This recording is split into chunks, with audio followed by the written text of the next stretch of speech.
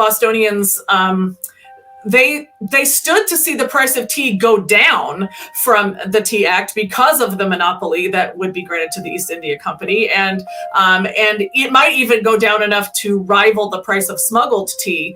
But at the same time, the very fact that Parliament was giving a monopoly to the East India Company also further heightened those fears of tyranny that we were talking about before, because now it was not only changing the government of Massachusetts and tinkering with, messing around with juries and things like that, but allowing private chartered companies to have monopolies, which would mess with livelihood, even aside from tax issues.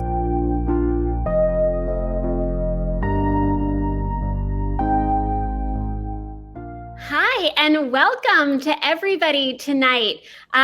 Welcome. My name is Gina Marie Jameson, and I am the Director of Public Programs at Revolutionary Spaces. I am thrilled to kick off our first program of 2023, which is the year that marks the 250th anniversary of the Boston Tea Party. Here at Revolutionary Spaces, we steward Boston's Old State House and Old South Meeting House, which was the site of the meeting of the body of the people, those vigorous debates which led to the destruction of the tea, or what would become known as the Boston Tea Party in 1773. So this year is very, very important to us as we explore themes of the American tradition of protest, of the tension between liberty and tyranny, and to place Boston as a nexus for revolutionary activity from past to present. So tonight we are thrilled that you are here, and we are thrilled to be joined by our partners and friends at WGBH's Forum Network, which is the public media service of WGBH that collects thousands of video and audio lectures from the world's foremost scholars, authors, artists, scientists, policymakers, and community leaders, and they're made available online for free. We are so excited to be in such great company. Both the Forum Network and us here at Revolutionary Spaces would like to thank the Lowell Institute and our other generous supporters whose contributions enable us to produce free public programs like this one throughout the year. It is our practice before starting any public program to begin with a brief land acknowledgement, since the two buildings we care for have a complicated history. They are both simultaneously home to important ideas of freedom and democracy, and also places where settler colonialism took root to devastating impacts on the Native American communities throughout New England. We therefore pause to acknowledge that these two sites stand on the occupied homeland of the Massachusetts people. We honor the many Native peoples who are connected to these places, including the Nipmuc, Massachusetts, and Wampanoag peoples. We are committed to dismantling the destructive legacies of settler colonialism and building new pathways to understanding and dialogue. Tonight, we'll explore the historical event known as the Boston Tea Party. We'll explore moment by moment the lead up to this fateful evening, the debates and the actions of those involved, and then the aftermath and ultimate legacy. Before we get started, if you haven't seen it already, I'd like to bring your attention to the chat feature of the program. So please use the chat box that you see. If you're watching this on a computer, it'll be on the right-hand side of your browser. Please use that chat box to drop your comments and questions, because we're going to conclude the program with an audience Q&A. So feel free to drop those questions and comments throughout our time together tonight, and then we'll address them all at the end of the program. And in the spirit of revolution, right, we want to make sure that your voice is heard, but through the chat. So be sure to share your thoughts. At this point, I would like to introduce tonight's moderator, our president and CEO, Dr. Nat Sheidley. Nat, welcome. He was formerly the executive director of the Bostonian Society and an assistant professor of American and Native American history at Wellesley College. Thank you so much for doing this tonight, Nat. And at this point, I'm going to take myself off screen and hand it over to Nat and the experts, and I will see you all in the chat room and at the end of the program. So don't forget, use that chat to drop your questions and your comments. Nat, the stage is yours. Thanks so much, Gina, and thanks to our fabulous audience for being here. Thank you all for joining us this evening. And it's my pleasure in just a moment to introduce our panelists, our content experts to help walk us through the story of the Tea Party. But I just want to underscore what Gina said. This program is launching our organization's effort to commemorate the 250th anniversary of the Tea Party. And our view is that the questions that were born in Old South Meeting House, where the meetings of the body of the people took place, are still alive in the world today and still sit at the center of our democracy, right? How is my voice heard? Who speaks for me?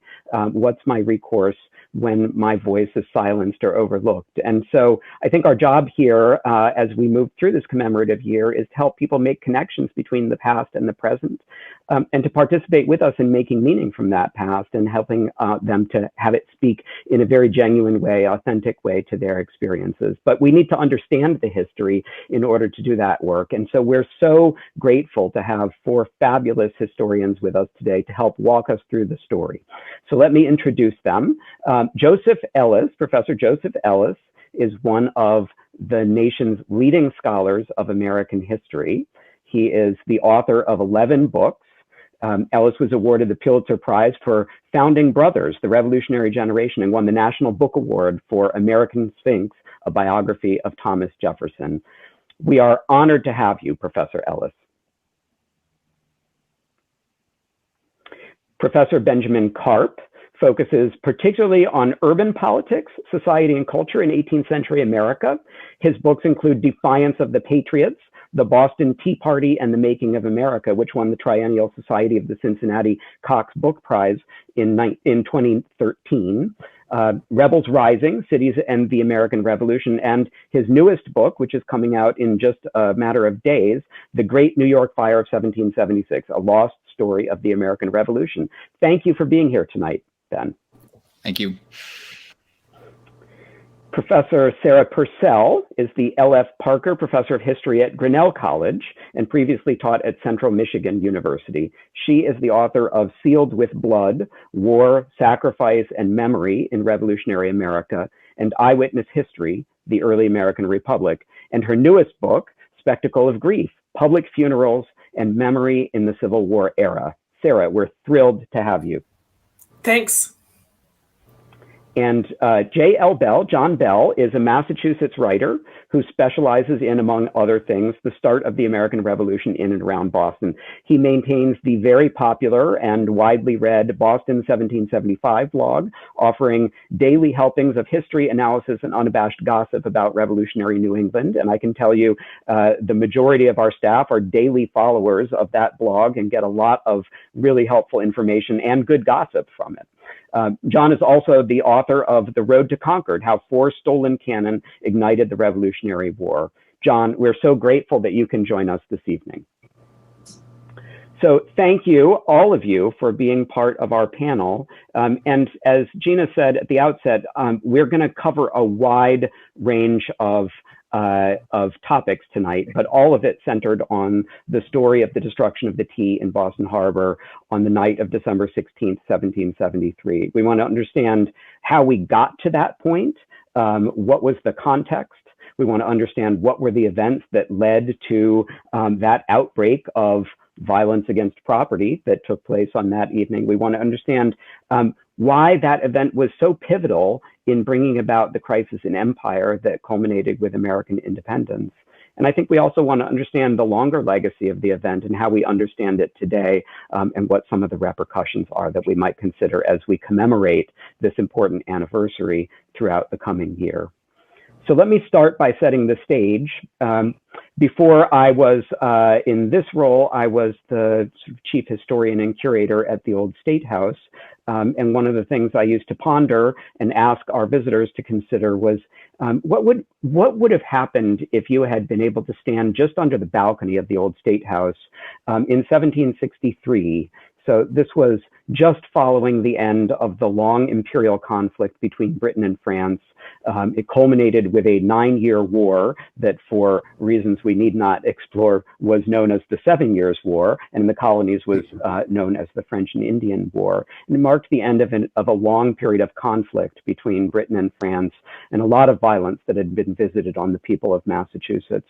If you'd gone out into the street and asked somebody how they felt about being a British subject, what kind of comment might you have gotten? Would people have spoken to a sense of pride and optimism for the future, or were there tensions? Was there anger that was the residue of the war? So I wonder, maybe, Joseph, if you could get us started by giving us your view. I think it would be great to understand how you might think that question would be answered.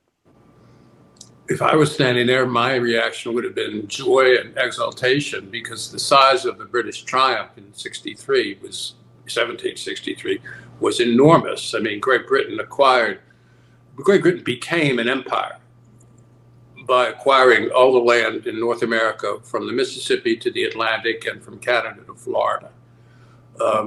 And so my joy, if I had a crystal ball, there would have been a shadow cast over it, because this is really the beginning of the trouble for the British Empire, as well as and for American colonists. Essentially, up until then, the British policy towards its American colonies was not to have a policy. What Edmund Burke called, what kind of neglect? Salutary. Right, and that the acquisition of the territory essentially forced Great Britain to think about how to govern its colonies in a way that led to a series of measures. First, an attempt to restrict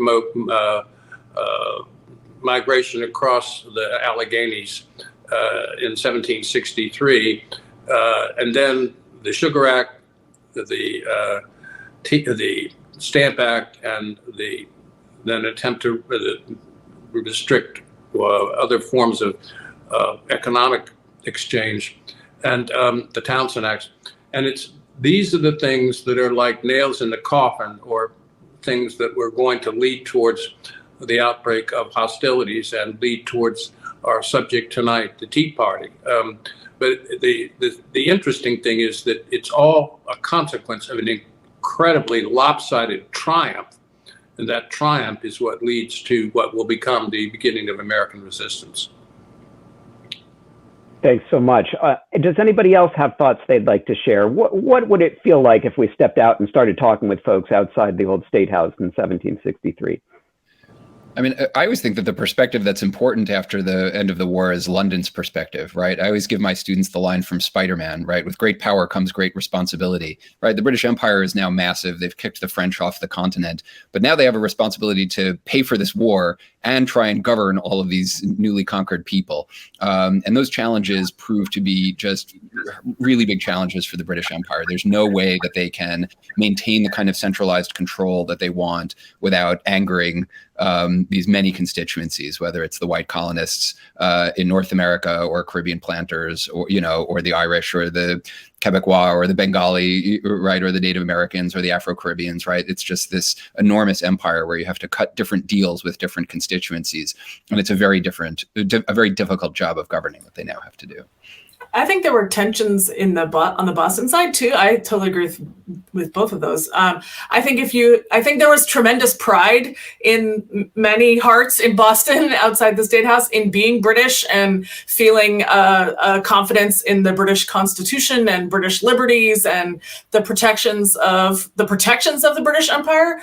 But I think the French and Indian War had also shown a lot of folks that perhaps there were more differences in being a provincial colonist than being in London, than maybe some of them were entirely comfortable with, even though many were recent immigrants, many, pardon me, many had forebears who had come to Massachusetts, explicitly to get away from England. Nonetheless, they had experienced things as part of militia service in the French and Indian War.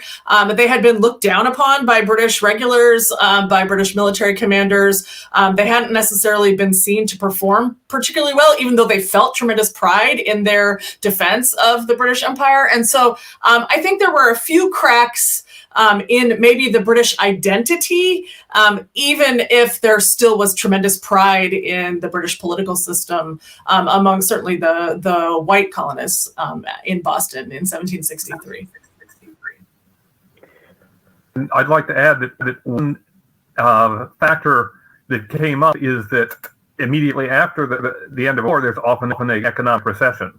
And that hit North America. And then in early 1965, there was a wave of bankruptcies, Boston in particular, which really primed our town to be extra worried about the Stamp Act that came down the pike a few months later.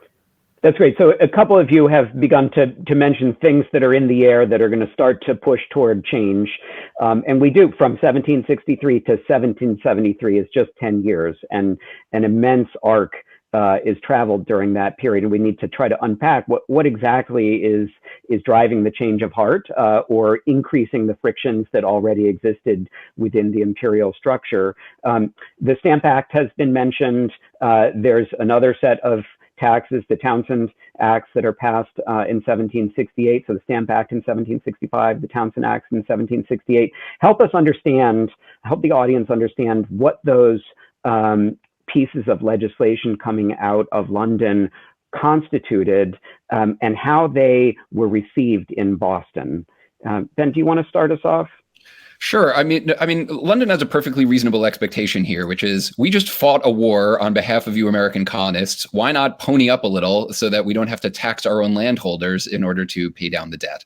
And so first they try with stamps on various forms of legal documents, newspapers, and that angers, some of the most vocal people in the colonies. And so nobody likes that. And so a year later they repeal it, but they're like, well, we still want to get revenue from the colonies.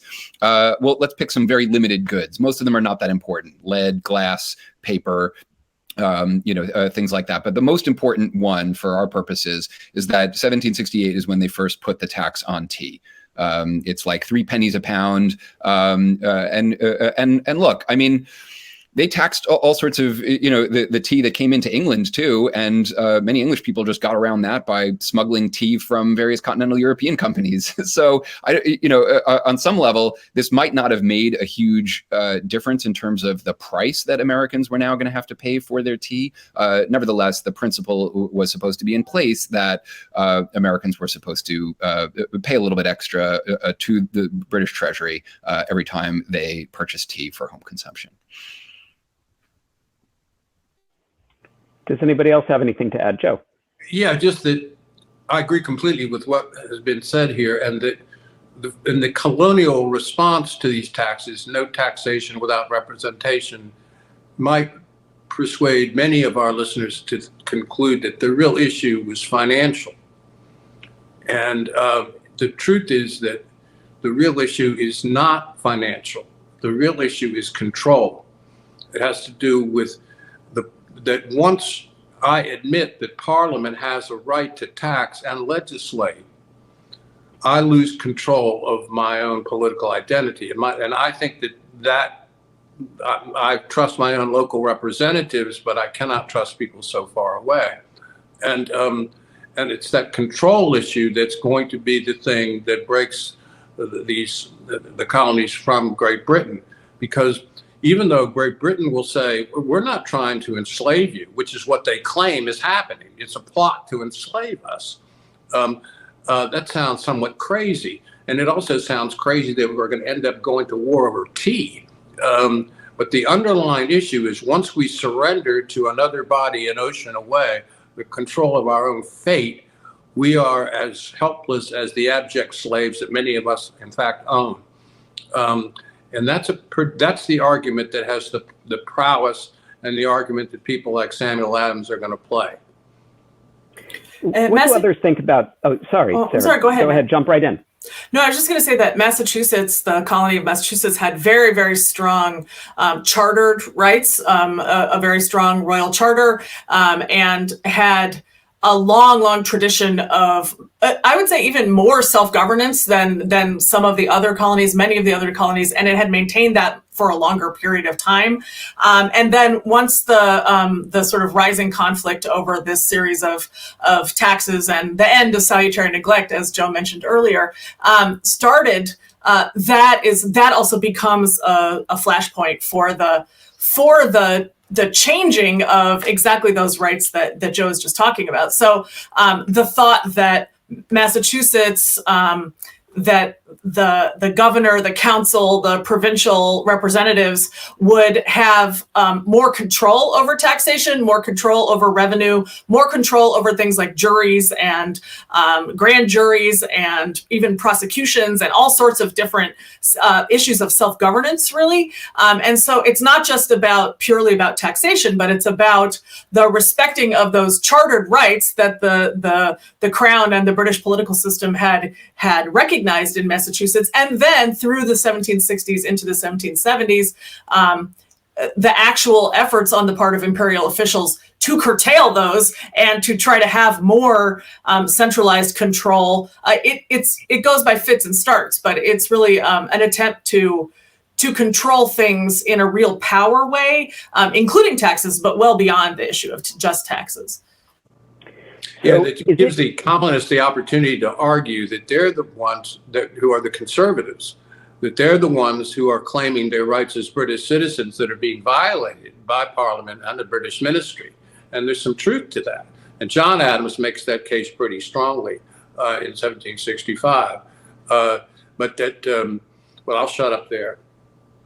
So is it fair to say then, based on what you all have submitted here, that when we hear the phrase "no taxation without representation," Americans today tend to hear taxation, but what they ought to hear is representation? I think that's right. They ought to hear both because it was part of the bargain. And the phrase "taxation without representation" first appears in a British newspaper reporting on what the Earl of Camden, British official and lord, a peer, had said a few years earlier in Parliament. So it wasn't that Americans were coming up with this idea on their own. Joe said, this was their idea of what was fundamental about the British Constitution. One aspect of no taxation without representation, that the House of Commons chooses taxation or Britain, and therefore Massachusetts legislature should be choosing taxation for people for British citizens in Massachusetts. Great, thank you. Okay, so we've got a lot of concern in the air about what the political landscape of the empire is and what voice Bostonians are going to have in their own affairs. And in the fall of 1768, we have 4,000 soldiers in the King's Army arrive in Boston. Help us understand why they come, and then let's unpack a little bit what their presence in Boston, what the impact of their presence in Boston was. So what brings those soldiers here, and what is the intent? Well, they come because of a little rioting that took place in 1768 in response to the Townshend Acts. That a little rioting had been part of the mix of how Bostonians and American general had resisted the Stamp Act, had resisted the Tax Act, and the royal officials felt that was going too far.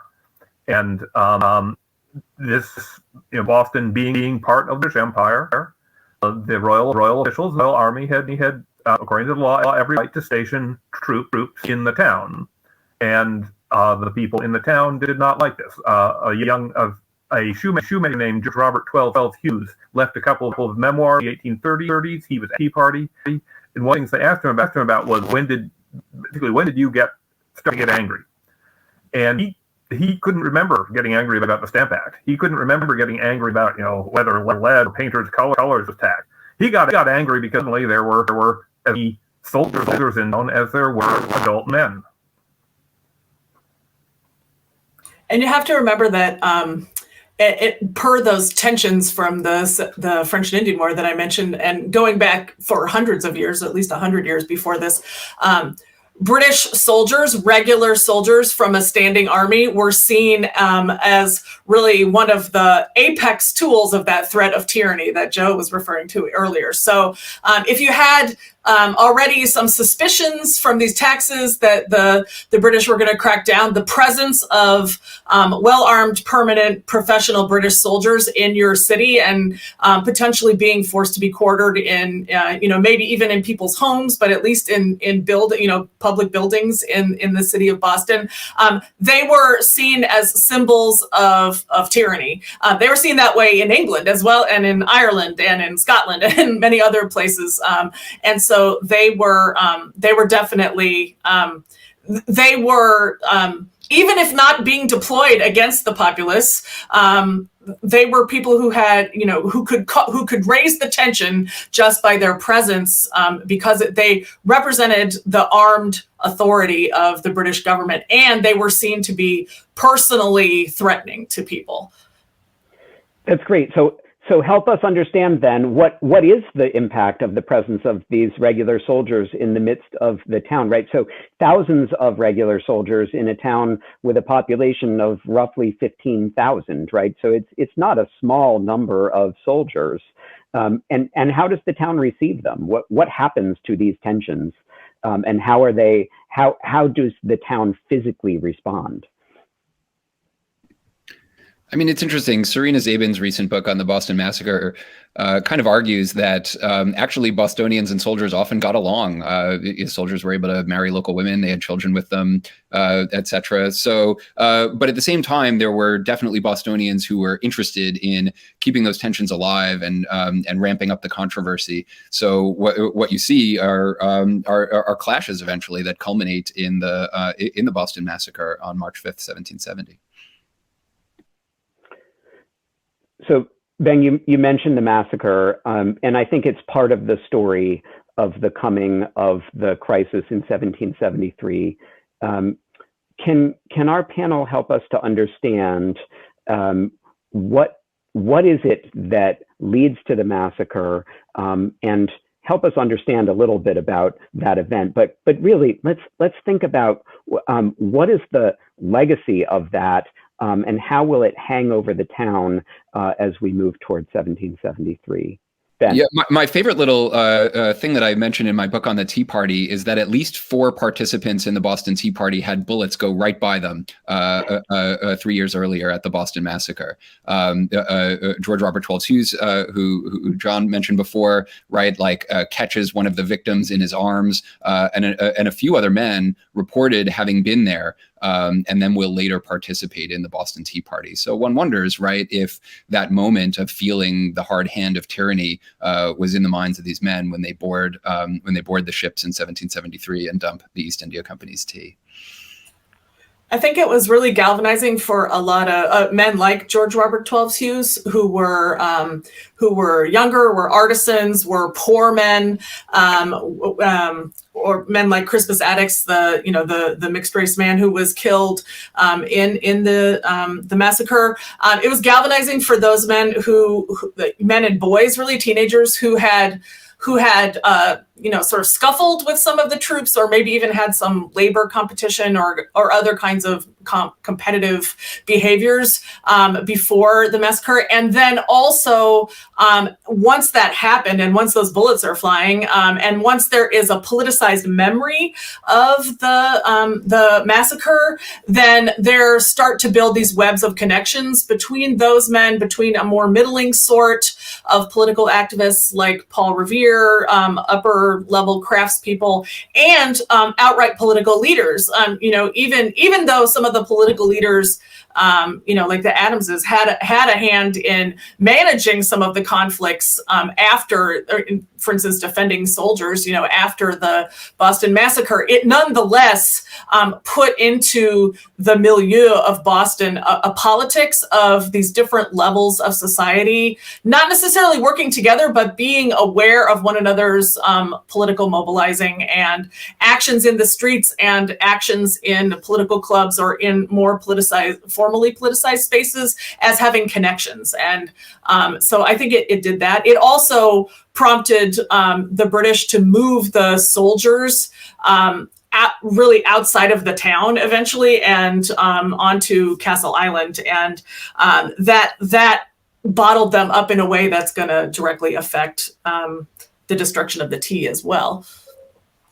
I think one of the things that I'll add to what has been said, which builds nicely to the that one person in Boston named Samuel Adams is looking for a way to ignite a resistance movement against Great Britain. He is a real revolutionary, and the new book by Stacy Schiff is entitled that. And that the title Boston Massacre makes it sound much larger and worse than it was. And I think the way in which it's sold, if you will, and the way in which it's emphasized in the press and in the graphic description of it, is the first instance where a presence in the argument, this Samuel Adams guy, is going to influence the direction in which history moves. And that he really, whereas the bulk of American leaders at that time are not in favor of American independence and are counting on George III to rescue them from the mistakes of Parliament and the British ministry, he's on the other side. And why he is has to do with maybe his Puritan origins. Puritans don't like kings. They don't bow down to kings. Charles I bows in front of them and they cut his head off. He's a different kind of political animal, distinctive. And this is his season. He's a man for one season, but this is the season for Samuel Adams. So Samuel Adams, obviously a central character in our story. So thank you for raising his name, Joe. And of course, the well-known portrait of Samuel Adams, painted by Copley, is meant to capture the moment on the day after the Boston Massacre when Adams argued with the then Lieutenant Governor Thomas Hutchinson over where those troops should be stationed and whether they should be removed from the town, as Sarah was speaking about before. So here are two antagonists, and I think they're common figures in our story, and their importance in the story is heightened by this period we've just been talking about that carries us from 1763 to the aftermath of the Boston Massacre. And I want, before we leave this sort of setting of the stage and turn our attention fully to the Tea Act and to the destruction of the tea, to just invite you to share other names. Who else has risen to prominence? Who else has been given a stake in the events? Who might have leaned in because of these conflicts in the 1760s, who will then come to play an important role in the discussion of the Tea Act? Well, one figure who is important is William Mullen, and we hardly know that name now.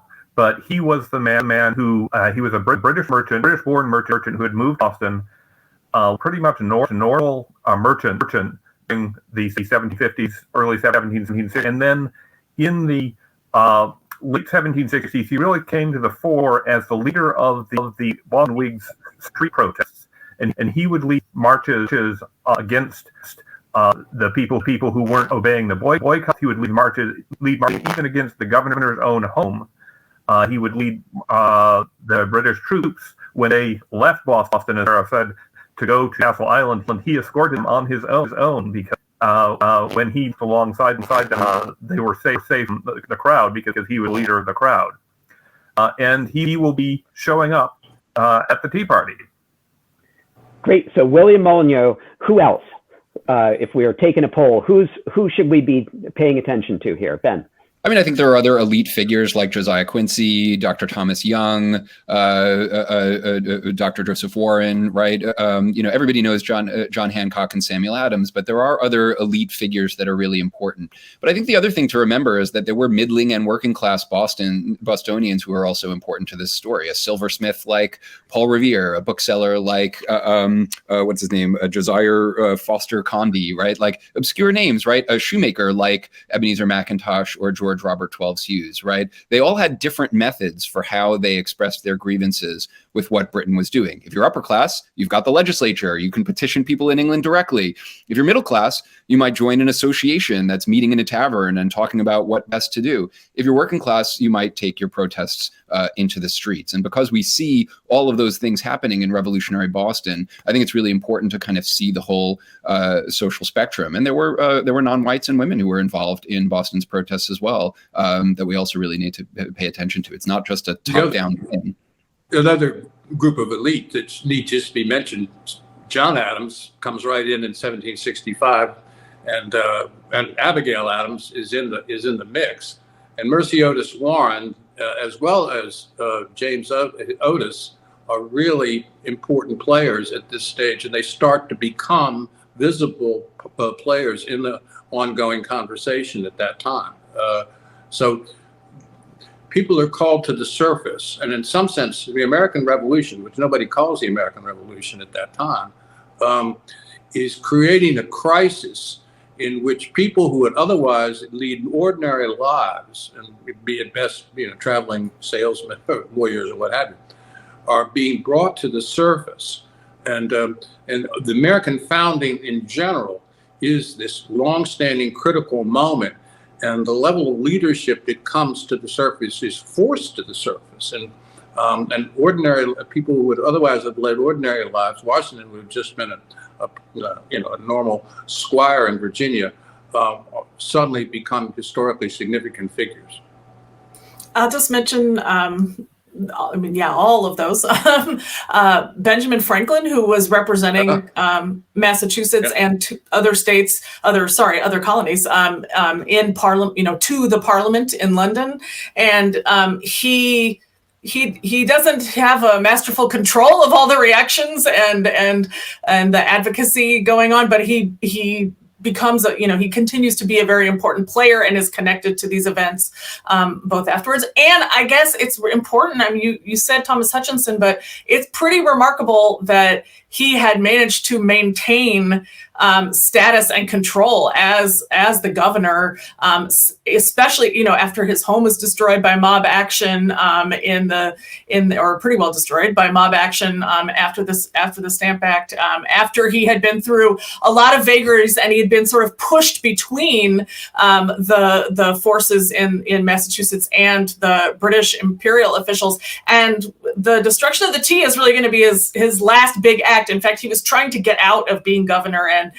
go on a kind of leave of absence, and he didn't get out of town quick enough for it to happen. And so he really he had been attacked before, and he was still there, and he's about to get attacked again. So and he had such a web of connections with his family, his sons, and the other merchants in Boston who were trying to import tea and who were interested in maintaining ties with Britain, because it's important to remember that not everybody was a revolutionary in Boston. And Hutchinson is a good example of that. He was also, American. He was born in Massachusetts and had a long lineage of prominent Massachusetts family, and he had a web of economic and family connections, many of which are quite shattered by the events in the 1770s.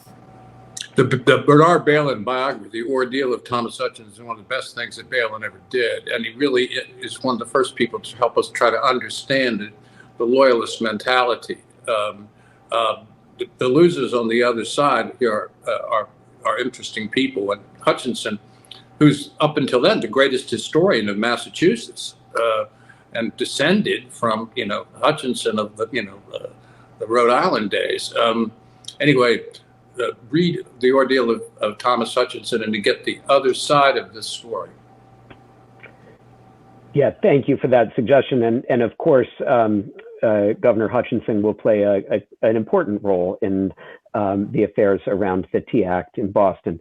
And I do want to turn our attention there. We've spent this much time setting the stage, in part because I think it's very hard to understand the crisis in December of 1773 if we can't recall just what a crazy run it has been, right? So that 10 years earlier, with the end of the 7 Years' War, some view to a new era of peace and prosperity for Boston, followed by the Stamp Act. and riots and a new round of taxes and more protests and the arrival of soldiers and conflict in the streets and blood flowing in the streets and the town insisting the troops had to be removed, and they were removed, and there's a moment to catch one's breath. And then in 1773, Parliament passes the Tea Act. So remembering our phrase, no taxation without representation, we should hear representation.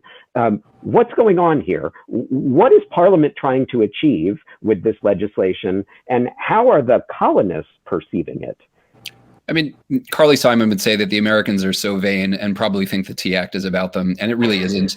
I mean, the Tea Act was passed for the benefit of the East India Company, which was this private chartered monopoly company that could do all the trading for the British Empire east of the Cape of Good Hope. And so, the East India Company was having significant financial and political problems. It's got mounds and mounds of tea in its warehouses that it can't sell, but the company was too big to fail. And so they get bailed out by Parliament, and Parliament says, well, one way we could help you is by making it as cheap as possible for you to dump some of your excess tea on the colonial American market. And the Americans will like it because it's actually going to make tea cheaper for the Americans. So this is all going to work out fine. Here's what you do, East India Company. You handpick a few families in each of the big cities, a few merchant firms in each of the big cities that will serve as the consignees, that will get these fat, privileged contracts to be able to take the tea, and then they can resell it. And so this will basically knock out all of the other middlemen who in America who sold tea in the colonies. And so the Americans don't really like that.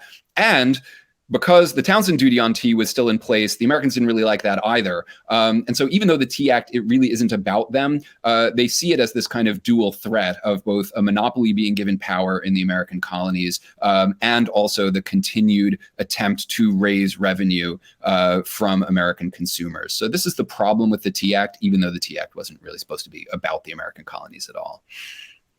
The other problem is that tea is just very popular and stylish and a highly desirable, both trade good and part of domestic life. And it's been studied, from fairly humble households, but definitely a big part of elite and polite society, women's sociability, but also men's sociability. And tea is very, very popular. And so there had been a non-importation movement, or what we might call now boycotts, earlier as part of these efforts, but they had kind of petered out by the time of the Tea Act. And so there were still fits and starts, and some people like Samuel Adams who didn't want people to drink British tea. And Bostonians were definitely accustomed to drinking smuggled tea from other locations, as were Americans in many, many other cities. But actually, Bostonians,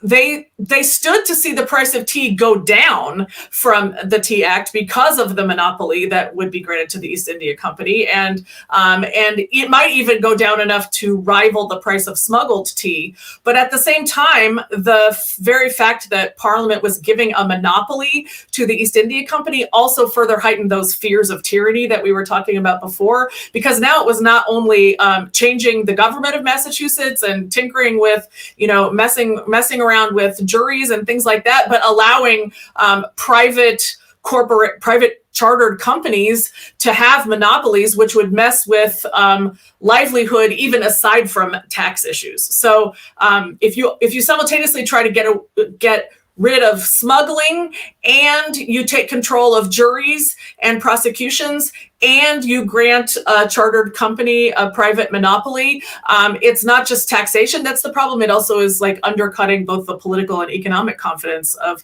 people, and messing with what they like to do, which is sit around and drink tea and look fashionable with tea sets and tea tables. So it is a multifaceted attack, potentially. The other thing is the Bostonians weren't even as good at smuggling as the New Yorkers and the Philadelphians. Yeah. And the other Sons of Liberty were really angry at Boston because they smuggled some, but they continued to import legal tea after New York and Philadelphia had brought their legal imports of tea down to basically zero in the years leading up to the Boston Tea Party. So the New Yorkers and Philadelphia Sons of Liberty would write to Boston and be like, we don't actually trust you guys to keep up this boycott. We've been smuggling our hearts out here, and you Bostonians are drinking legal tea and paying the tax on it, and you're really kind of you're really punking out on this principle that we're all trying to stand strong on. And that's one of the reasons actually why the Boston Tea Party takes place in Boston and not in these other places. It's peer pressure from the Sons of Liberty in the Middle Colonies, who really thought that Boston wasn't quite holding up its end. I mean, Boston gets the reputation as being the most revolutionary, the most extreme, but actually the New Yorkers and Philadelphians were worried that the Bostonians weren't going far enough. Although, because Boston had that reputation of being extreme and violent, and where the massacre was and where the stamp protests started, the town fathers were very, very angry about being too violent, and that's so a pressure on them when it came to the. You don't actually want to say burn the ship. That would get rid of the tea, but that would make the town look really bad. Okay, so here we are in November of 1773. Boston learns that 3 ships carrying the tea, the Dartmouth, the Eleanor, and the Beaver, are going to be arriving soon, and indeed they do in late November. And I take it that a sufficient response will not be just agreeing not to buy a cup of tea for yourself in order to avoid paying the tax, because there is a whole series of principles that are at stake here. So the town gathers to discuss how to respond. And those meetings take place at Old South Meeting House. They are not officially sanctioned town meetings, but rather call themselves the body of the people. Is that right? And help us understand, if that matters, what is the difference between the town meeting and the body of the people? This is super important, right? I mean, the town meeting is the kind of properly constituted place where property holding people advance their votes, pass town ordinances, act through their selectmen. Everything's very formal and above board. The body of the people is not that. What the body of the people does for you is a few things. It allows you to invite people who aren't from Boston to come and sit in on your meeting. It allows you to invite non-property holders to also come in and pack the pews with people. So it really looks like it's this a kind of mass meeting and not just a kind of formal town thing. This gives them a certain popular legitimacy to kind of say this is the voice of the people expressing itself, right? These aren't just representatives of one town, doing their usual thing that they do every few months. This is the voice of the people. And there was a kind of tradition of that in the Anglo-American world that we're beyond the law and the courts now. Now we're really at the heart of popular protest. And the last thing I think that it does when you gather together the body of the people is now you've kind of freed the town of Boston from liability, right? Whatever the body of the people does, that wasn't the town of Boston. That was just this body of people, which wasn't even only Bostonians. And so it kind of diffuses responsibility. So if this body of the people actually does something unlawful, there's nothing that the courts can really say. They're not supposed to be able to punish the town because it wasn't the town acting. And this becomes really important after the tea is destroyed. The Bostonians can say, wasn't the town of Boston, don't hold us liable. It was the body of the people. They were just spontaneously gathering in this church, and there was nothing we could do. So it's an interesting diffusion of responsibility too.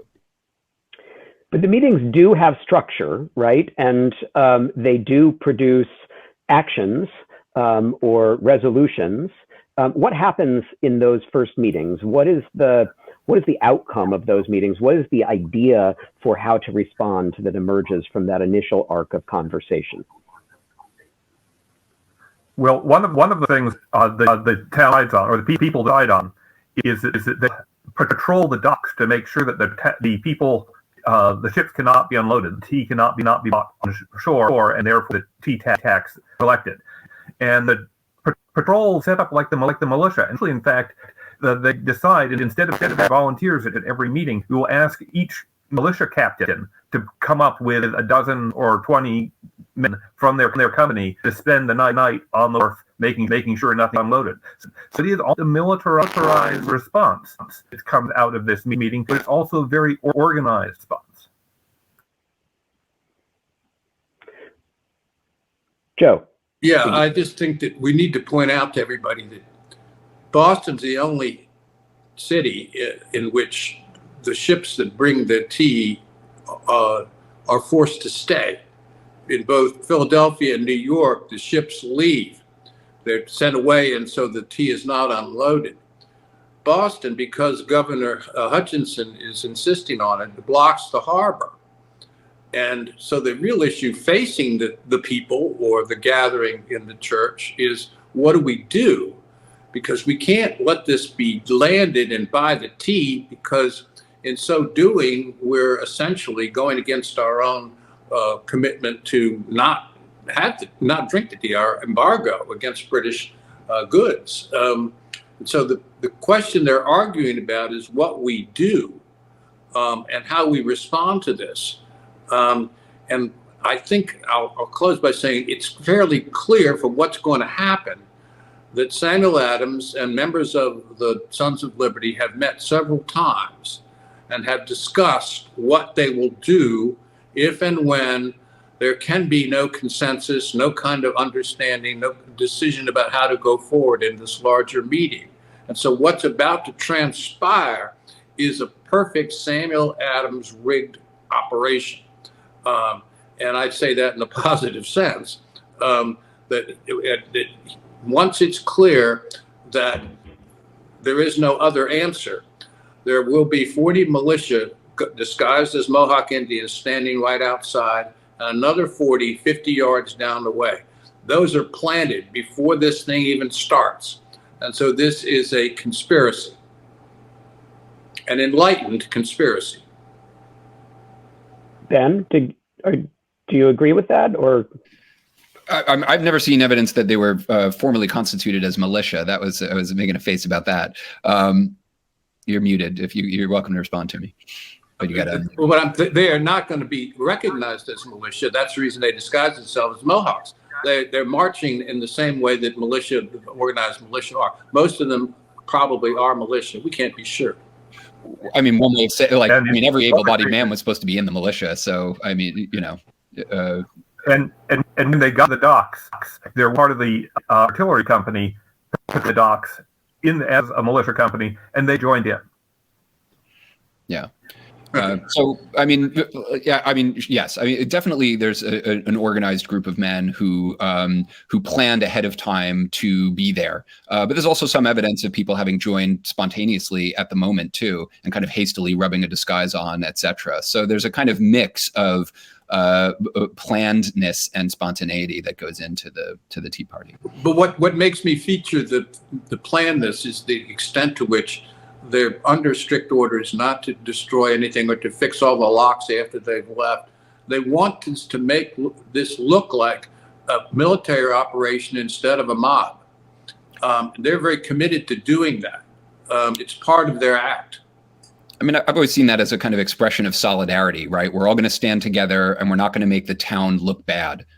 So again, I don't necessarily see it as something hierarchical and military. There's some evidence actually that that ordinary Bostonians, got together, decided they wanted to do something about the tea, and they actually asked like an upper class member of Boston, like, "Hey, could you organize us?" And he's like, "I can't really do anything, but if you go, you'll find friends," and that's the most that he can tell them. I'm just saying, if this didn't have a quasi-military organization, you wouldn't have been able to control the people who are in the mob. They wouldn't have been able to behave as responsibly as they did, and that was part of the plan, to make this clear that this is not a mob and that it's a deliberative act. And so exactly what the makeup isn't as important, that they are functioning as something other than a raw mob. Okay, so I think we have some uncertainty about how organized, but I think we can probably all agree that there were some in the room who had more information than others about what might happen that night on December 16th. Ben, you mentioned earlier the sort of body of the people frame allows for bringing a lot of people into the room and creating a sense of true mass. So there are reports that 5,000 people were in that meeting on the night of December 16th. Today, the capacity of Old South Meeting House is a little short of 600. And I often like to ask visitors before they know anything about how many might have stood there or how many were reported to have stood there, how many people do you think you could get in here? And nobody gets to 5,000. Do we really believe there were that many people there that night? John, you're probably more immersed in the details of the sources than anybody else here from that period. Is that feasible that we had that many people in the room? Well, you're right that's what the sources say. Up to 5,000. Now it include people packed in a standing room only. There are people outside the door listening in. We can maybe they were a little bit smaller. Maybe they had less worry about personal space, but that's always seemed a bit exaggerated to me. There are reports.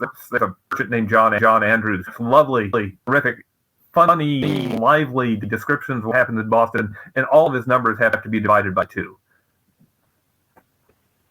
But I think, well, sorry, Ben, you should answer. I mean, it's possible that, people are just overcounting. I mean, people are just bad at estimating crowds. That's just always true. But on the other hand, I don't know. It's December in Boston. Who wouldn't want to snuggle up?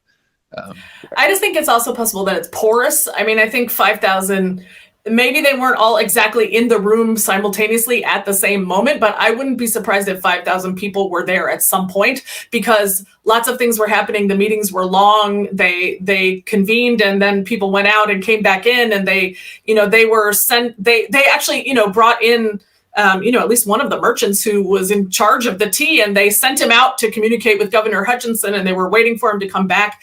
And so, I think, there are certainly more people in the crowd than way more people in the meeting than went to march to the wharves, and even fewer who actually did the action against the tea, right? And so 5,000 is a way of saying a whole lot in 1773, but I think it's probably not impossible.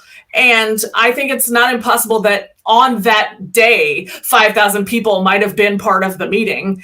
Is certainly possible, because it was porous and lots of people were interested. And I actually, they didn't have like a fire inspector coming and kicking people out at 600 like you would today, right? If you suddenly had 3,000 people in the Old South, it would draw law enforcement, and that wasn't what was going to happen. So I think it gave the opportunity. So it's a particular slice of the meeting. The people speaking are a particular slice. The people in charge of the meeting, whether you no matter how important you think the leaders were, there certainly would be people in the lower stratus of society who could have been in and out of the room. Women might have been listening outside, maybe inside. They certainly weren't at the center giving speeches.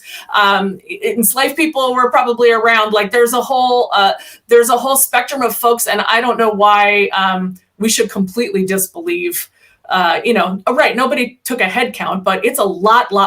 It's a big crowd. And it's the biggest building in Boston, right? So that's the other thing.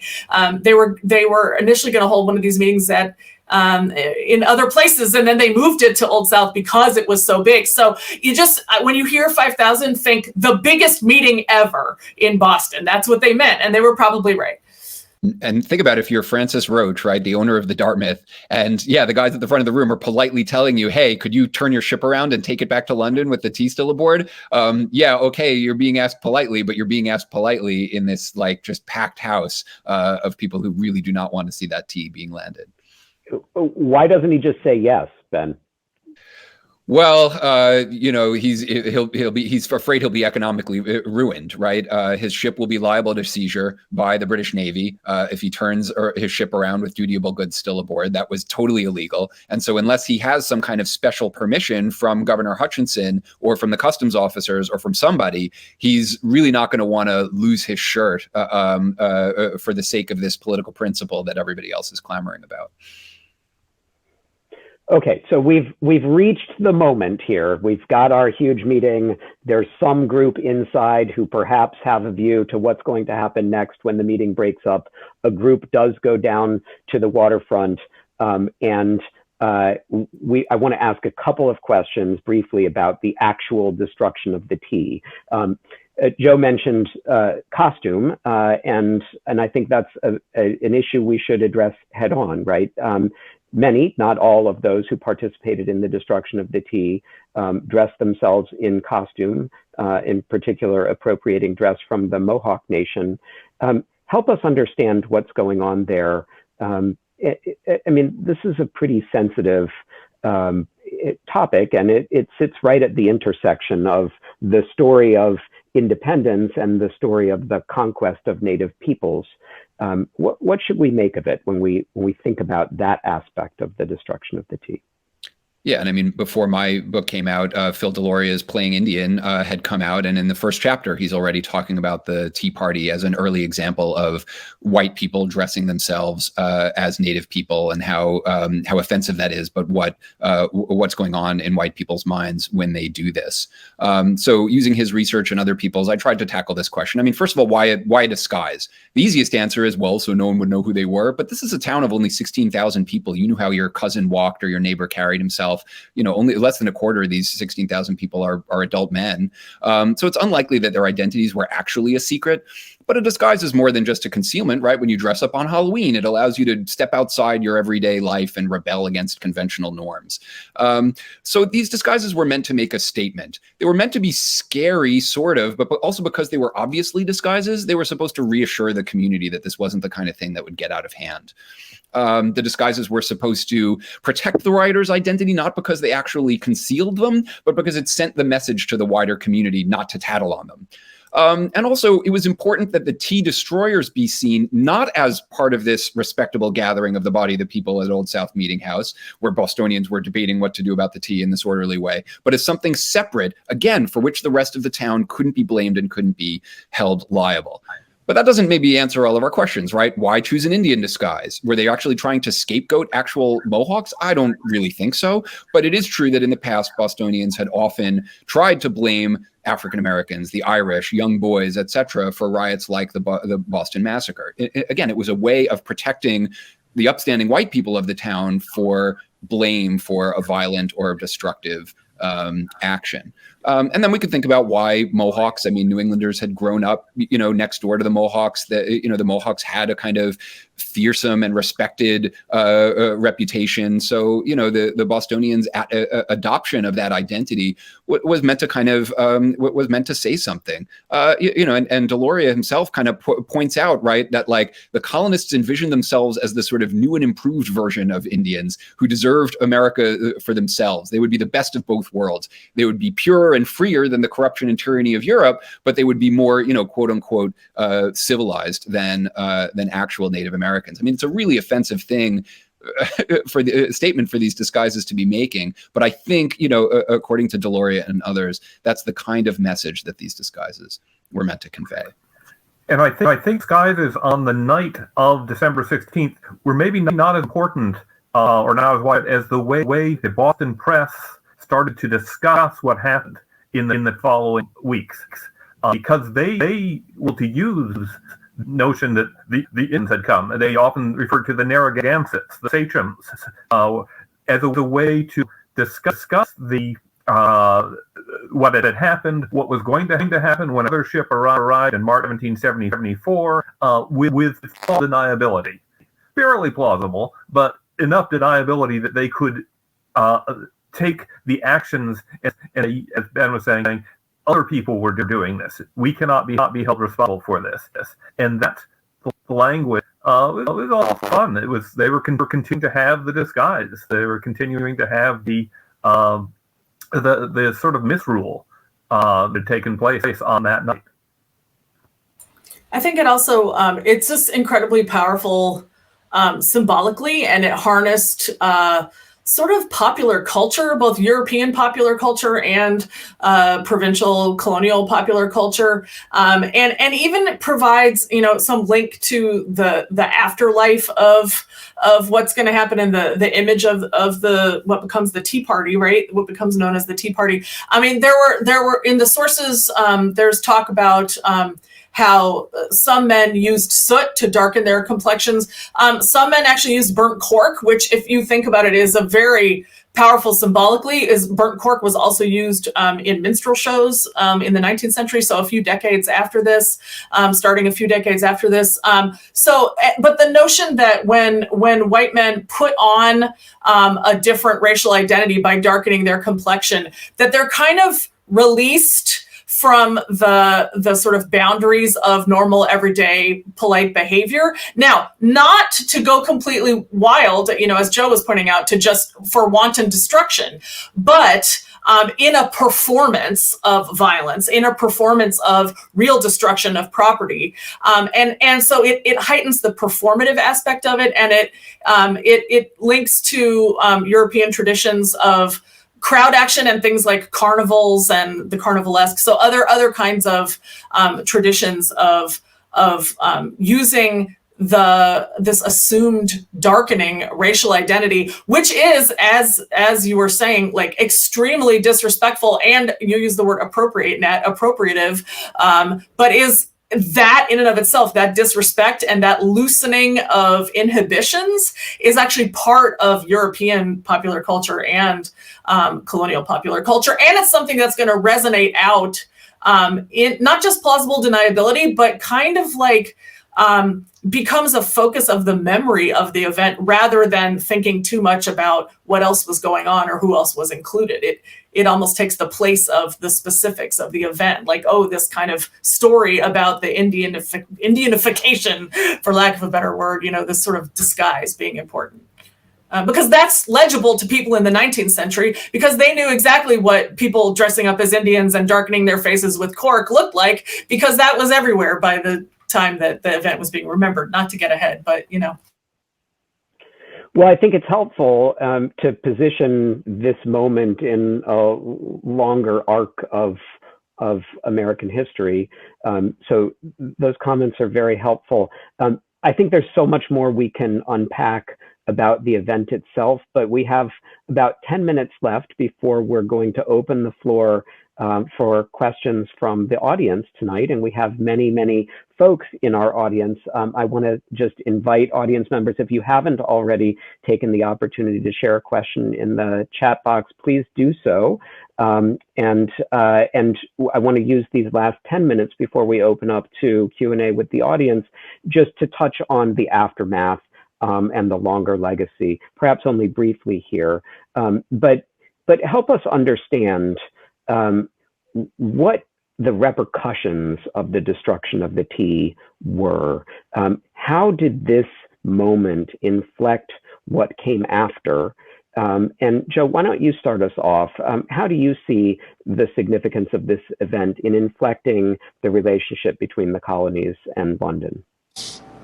It took about 6 weeks for news of the Tea Party to reach England, but as soon as it did, and it was reported to George III, his reaction was immediate and energetic.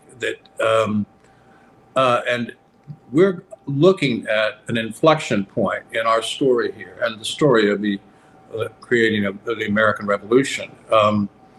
It's unclear whether Samuel Adams hoped that he would get a reaction from George III, but in fact, George III now commits himself to a series of to parliamentary laws that are called the Intolerable Acts in America, that are going to be the moment at which the British crosses the Rubicon. What has largely been a political and constitutional crisis is about to become a military crisis. And the triggering event is the Boston Tea Party. The debate in Parliament over the Tea Act and over what the legislation passed, if you read the parliamentary debates, it sounds like there are a lot of people in both the House of Commons and the House of Lords that are worried about in doing something radical that might force America towards independence. But that misrepresents the actual debate, because the vote is overwhelming in both branches of Parliament to punish the Americans for this vile act. It's almost George III thinks that they have thrown him into the Boston Harbor, and they need to be taught a lesson. And from his point of view, and from the British ministry's point of view, we've tried to be nice to you. We've tried to treat you fairly. And now you've shown you're a prodigal son. And that we're now going to impose military rule on you in a way that it will demonstrate to the rest of the colonies as well that such disobedience will not be tolerated. So again, others can take the story up here, but this is an inflection point. The American Revolution need not have happened up until now. After this, it's going to be very difficult to stop it from happening. Was the response in Boston to the intolerable acts, was it was that series of acts universally despised? I mean, right, we talked earlier about no taxation without representation, with the emphasis on representation. The intolerable acts remove representative government from the colony of Massachusetts. Are they hated by all, or are there folks left in Boston who stand up and are still in support of the crown at this point? There are anybody who is going to do that is going to be a deep doo-doo. At least if you're a judge and you think you're going to have the 5 judges in Springfield, out in my neck of the woods, are told that they'll be shot, and the level at which people on the ground throughout Massachusetts are committed to standing behind the opposition is well, General Gage is going to tell people back in England that we need another 20,000. As soon as he tells them that, they fire him because they can't accept that. That's the reason I'm saying this is an inflection point. In the Massachusetts Government Act, which is one of those coercive acts, which changes Massachusetts to self-rule in a lot of ways, that arrives in the middle of August 1774. General Gage starts to implement. By the first week of September 1774, he has lost control of the entire countryside outside of Boston. Because for years, the people in Boston, the leaders, have been trying to rile up everybody to say that these are important things. Then, once the British government, one Parliament actually town meeting out in Deerfield, then the countryside becomes more radical, more militant than the town, and royal authority stops at the Boston from September 1774 on. Yeah, I mean, I think that's a really important point. In Boston, it's perfectly reasonable to express loyalist sentiment because the British troops are in charge, and so the ball gets picked up by the Massachusetts countryside. And Ray Raphael's books make this point very well. So, is it fair to say, without the actions of the crowd on the night of December 16th, 1773, the path to independence is going to be different, significantly different, or is not going to happen at all? Yeah, I mean, I'm not the biggest fan of counterfactually. Something else might have happened if this hadn't. But another thing that happens in addition to the countryside being radicalized is that a lot of other colonies, right, come to support radicals in other colonies, revolutionaries in other colonies. You might even start to call them, come to support Massachusetts and to protest the acts and to protest the government revocation. And it strengthens the ties between colonies. It probably leads more or less directly to the creation of the First Continental Congress. I mean, so there are many ways in which it ripples out way beyond Massachusetts to connect anti-British sentiment and anti-British politics in an even stronger way than had happened since 1765, and is then hurtling towards war as well. But that's not to say something else couldn't have happened, but this is what happened, and it certainly had that effect. Still plenty of loyalists in those places too, but the momentum is greatly increased towards revolutionary activity and networks. Joe. Let me just stress the point that's being made here. It's not just that Great Britain makes what is perhaps the biggest blunder in the history of British statecraft, but that their theory was if we isolate Massachusetts and demonstrate to Massachusetts that they can't behave this way, that nobody in the rest of the colonies is going to support them because there's no history of common support. A brief meeting for the Stamp Act, but that Americans didn't think of themselves as Americans. They thought themselves as New Englanders, Massachusetts, Virginians, Carolinians, Pennsylvanians. What's rather amazing is the unanimity of the response here. What they've had to bring them together before is membership in the British Empire. And now what they're beginning to see is what they have in common is hostility to the British Empire. And you get, even though we're still far away from any commitment to independence, remember, the war is going to start 15 months before, in fact, the Declaration is going to be declared. So that out there's still a hope that Great Britain or George III will come to his senses. It's John Adams at the time says, we're waiting for a Messiah who will never come. But that what unleashes this is the Tea Party. What is surprising to Britain is the unanimity of the colonial response. Thank you. So I think all of you have made a wonderful case for the significance of this event, and perhaps given its significance, it's not surprising that there are few moments in American history that are more encrusted in mythology than this particular event. We're not going to unpack all of that tonight. I just want to ask one question before I throw the floor open to our audience, and that is this. Why is it important today for us to understand the actions of these people who took this plunge 250 years ago in December of 1773? Why should we pay attention all these years later?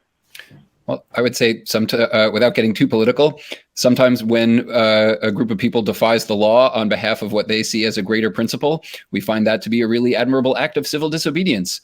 Sometimes when people go outside the law to do something violent and destructive, we see it as really destabilizing and disorderly and a threat to the institutions that we built. And there have been examples of people throughout American and world history who have used the Boston Tea Party as their example, both for causes that we might now see as benevolent and others that we would see as deeply evil. Gosh, how fair-minded. I couldn't be that fair-minded about it. Thank you. That was good. Does anybody else have thoughts about this? Why is it important for us to understand these folks and their actions? I think every country is interested in its origin story, and it's better to have an accurate idea of the origin story that you're going to be interested in anyway. I also think that per both of those, that it's really important and an ongoing part, as Ben said, of the United States' stories that the United States tells itself, with different groups within the United States tell ourselves about why we matter. This is one of those stories that people can turn into heroes and villains, and it's usually seen in one way, but it has been seen in lots of different ways over the 250 years since. And if we don't think about how that process happens, so not only accuracy about the actual destruction of the tea, but accuracy about when and how various groups have mobilized the heroic nature, or the supposedly heroic nature. What is it to be heroic? Why did other events also become heroic seeming events and maybe even overtake the memory of the Tea Party, something like Lexington and Concord, or other events of the Revolution, the parts of the founding story? And how do those events relate to each other?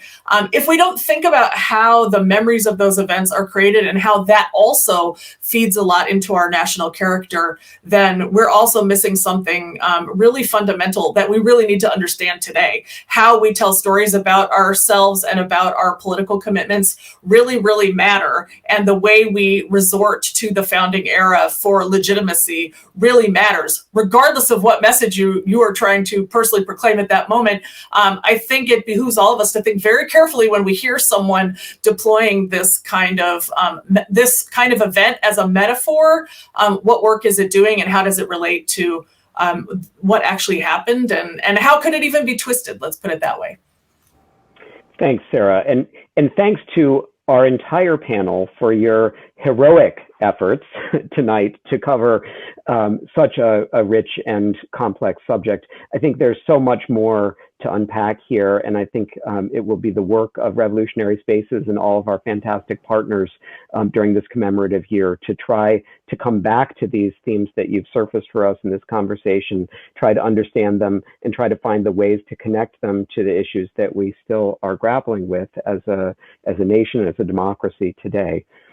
But I do want to make sure that we open the floor for questions. I think we have some great questions from our audience members. So Gina, can you just pop the first question up on the screen for us?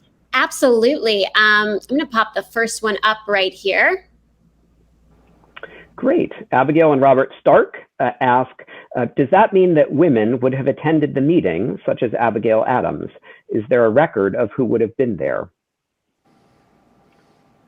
What are our sources, and who could come into a meeting of the body of the people during those weeks in November and the first half of December, and who might have been excluded? Were women allowed to participate, and would they have been in the room? I don't think, as people have said, that because it was the body of the people didn't really have a set rule the way the town did, where you had to have a certain amount of property in order to participate. On the other hand, society had rules, and I think society had very strong rules against women participating in politics in an outdoor or formal, visible way. So I think it's quite telling that I can't think of any first-person account memory of a woman participating in those meetings. We have a lot of accounts of women participating in tea boycott and deciding not to drink tea, sacrifice not to drink tea, helping relatives with the tea destruction, but not involved in the public debate. Yeah, I didn't mean to imply that women were necessarily inside the 5,000, inside the meeting, but just that if we think of it as a porous space, I certainly think it's true that there was no tradition of women being political formally, but that's also mostly true of elite women, and poorer women were certainly in the streets of Boston. And I certainly think it's possible women could have been, on the outskirts of the meeting, outside the building, kind of on that porous edge is what I was talking about. And there are sources talking about women helping their husbands or male relatives get ready to go down to the destruction. So maybe in more private spaces in homes. So not in the meeting, but actually assisting with the destruction in a kind of outside the meeting in a more domestic space, that sort of thing. And they certainly were passing letters and news. And you have Mercy Otis Warren writing about it afterwards. So there's a lot of, I would say there is female political participation, but probably not inside Old South. But I mean, I wouldn't exclude it from the realm of possibility that there were some in there somewhere, or outside, kind of on the edge, as I said, or, cleaning up afterwards, for that matter. I don't know how you see, like, when the meeting stopped and started, with the fits and starts, to say there was a zero female presence, I would not stand by that either. Let's put it that way. Great. I'd like to hold open the possibility for some women. Remember, in churches, women participated on an equal basis.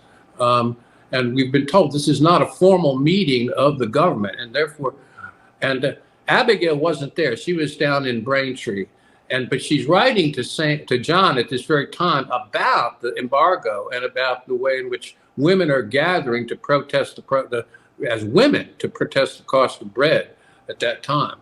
And so I think that women have a role in some of the larger meetings for the resistance that are not reported, and we shouldn't expect to see reported. But to say they were not there is just not necessarily true. Great, thank you. Next question. Linda asks, what are the best primary sources to read the actual dialogue that took place during this tea debate. I'd love to read actual quotes, pro and con, among the different classes that participated. Can somebody tell us about the source material that survives from those meetings? Do we have a record of what was said, or do we have to infer from eyewitness accounts? We have some records because the town clerk, William Hooper, took notes as if it were a town meeting. It was almost as if it were a town of the resolution and the formal document. And those are online from the Massachusetts Historical Society. We also have a very interesting report from a loyalist, an anonymous loyalist, quite possibly a man named Chipman, reporting to the royal government about what was happening in the very end meeting, especially. And one thing he talks about, or he wrote about, was he was looking to see who the leaders were and where they were when they left. And all the top leadership in the Boston Whigs were around when the quote-unquote mocks were going to dock, except William Molyneux. Mm-hmm. There's Mono again. Ben, you did a lot of research on this period and on this event. What are some of the more interesting sources that you were able to get your hands on? The one that I always say is the Palfrey papers at Houghton Library at Harvard, because he's a close associate of John Hancock, and he's the one who's writing from New York and Philadelphia, telling them how low the reputation of the Boston Sons of Liberty has sunk. And so that was really my favorite source. But I also dug a lot of places to try and figure out who all the different Tea Party participants were. There was a person in the chat who was really interested in Nicholas Campbell being of Maltese descent. I did find that it was mentioned in his obituary. And so yeah, there's lots of places, especially with the digital access. There's all sorts of stuff you can get your hands on. This is one of the reasons I never attempted to write about Sam Adams, because most of the important things he did were thrown into the fireplace and were never recorded. And I am certain there were meetings of the Sons of Liberty that preceded this, in which strategy was discussed. And again, that we'll never know what was said. And Samuel Adams didn't leave fingerprints. And John, in his latter years, would write to Jefferson and say that Sam Adams is the man, and he didn't call him Sam, he called him Samuel. He hadn't gotten to the beer yet, but that he just remembered Samuel Adams standing in front of a fireplace, throwing the papers from a recent meeting into the fireplace. This is what we'll never know. Right. Historians everywhere are pulling our hair out. Yeah. It's at any rate. Great. Okay. Next question from Danny. What do we know of Southern colonies' response to the Tea Party? So how did news travel within the colonies, and in particular, how was it received in those Southern colonies? I remember George Washington being initially a little alarmed, like maybe this is too far. And then eventually Washington kind of comes around and say, along with Jefferson, and kind of says, yeah, okay, we kind of had to object to this act on a constitutional basis. But originally, like, Americans are not necessarily all rushing to embrace the Tea Party as a good idea. It's only once they see the British response that they're like, oh, wow, yeah, now we really need to stand together. I think that once they come together in the First Continental Congress, there's strong worry present. There's worry in the other colonies that they're being drawn into conflict over the abyss towards independence by these crazy people in Massachusetts. And both Sam Adams and John Adams therefore say we have to keep quiet during this time. We need the leadership to come from others. And there has to be a united front. That's what they agreed. But these are prudent revolutionaries, somewhat of a contradiction in terms. And at this stage of the game, Boston and Massachusetts looks like where the crazies are. And they don't want to, on the one hand, they want to support them. On the other hand, they don't want this to move too fast, too far. So the thing that holds the nascent union together is that they can agree that they're crazy in Boston and in Massachusetts. Perhaps there's something there that we should study. All right. Richard asks, is it true that the Tea Act maintained the modest colonial tax, but in order to lower the commodity price, merchants who exported tea to the colonies were refunded the original British customs duty? Yeah, that is true. You're referring to a kind of obscure little thing in the legislation called the drawback. That the revenue would be drawn back. It's sort of too complicated to really get into, but that's basically right. Great. And the final question here from Abigail and Robert Stark, again, the smaller cities that also had their own tea parties, if Boston was being made an example of, does that mean that they went unpunished? There were other examples of destruction of the tea in other places. Was it just Boston that was singled out? And if so, why? I mean, by that time, right, like the singling out is, the war's about to start and the Americans are busy ordering gunpowder and arms from European countries. So, I mean, sure, and New York, by the way, has its Tea Party. That's not a smaller city than Boston. So, I mean, yeah, as the protest gets widespread, it's harder and harder for the British government to do anything about it. And this is why the king basically puts the colonies out of his protection and says, all right, it's a rebellion now. And that's when they have to do something more serious. I think also Boston and Massachusetts in general had maintained more control over its own governance by the point of 1773 than some of the other colonies had. They had already been clamped down upon in large ways and had the structure of their governments and courts. That had been an issue, with the burning of the Gaspé, for instance, in Rhode Island, that the British had tried to had controlled the trial of the people who had destroyed the property and tried to really control it, or maybe even send them to England for trial. And so it was more a fact that Boston had held out and Massachusetts had held out longer with more autonomy and more local control. And so that also played a role in that the clampdown comes on Boston because they had already tried to clamp down in other places, not totally successfully, as evidenced by these other tea parties or burning of tea or destruction of tea. But there was more to revoke in Massachusetts because local control had already been less allowed in places like New York or South Carolina or Virginia even. So. Fantastic. Well, Sarah, you have the last word tonight. And before I turn it over to Gina to take us out this evening, I just want to say again how grateful I am to all of our panelists for sharing their expertise and their insights with us. It's been a really rich and lively discussion. So thank you for kicking off our 250th anniversary commemoration of the Boston Tea Party tonight. Gina. Thank you guys so much for everything tonight. And thank you to Nat for moderating. This is going to be available on demand. So if you want to send it to a friend because you had such a great time here tonight, be sure to check both Revolutionary Spaces website and WGBH's Forum Network website. You can find it there. Both you'll be able to watch it. You'll be able to share it. You'll be able to refer to it throughout the year. Thank you all so much for joining us tonight. And thank you again to WGBH's Forum Network for co-producing this program with us. To learn more about WGBH's Forum Network and how you can support their work, please visit www.forum-network.org to learn more about Revolutionary Spaces, the Old State House and Old South Meeting House, the place where it happened, and how your generosity can support a citywide celebration of a founding narrative in which we all have a stake during this important commemorative year. Please visit www.revolutionaryspaces.org. We appreciate your continued support, and we look forward to seeing you all soon. Thank you, Nat, Joe, JL, Sarah, Benjamin, and the amazing Peanut Gallery tonight, and we will see you soon back online. Take care, everyone.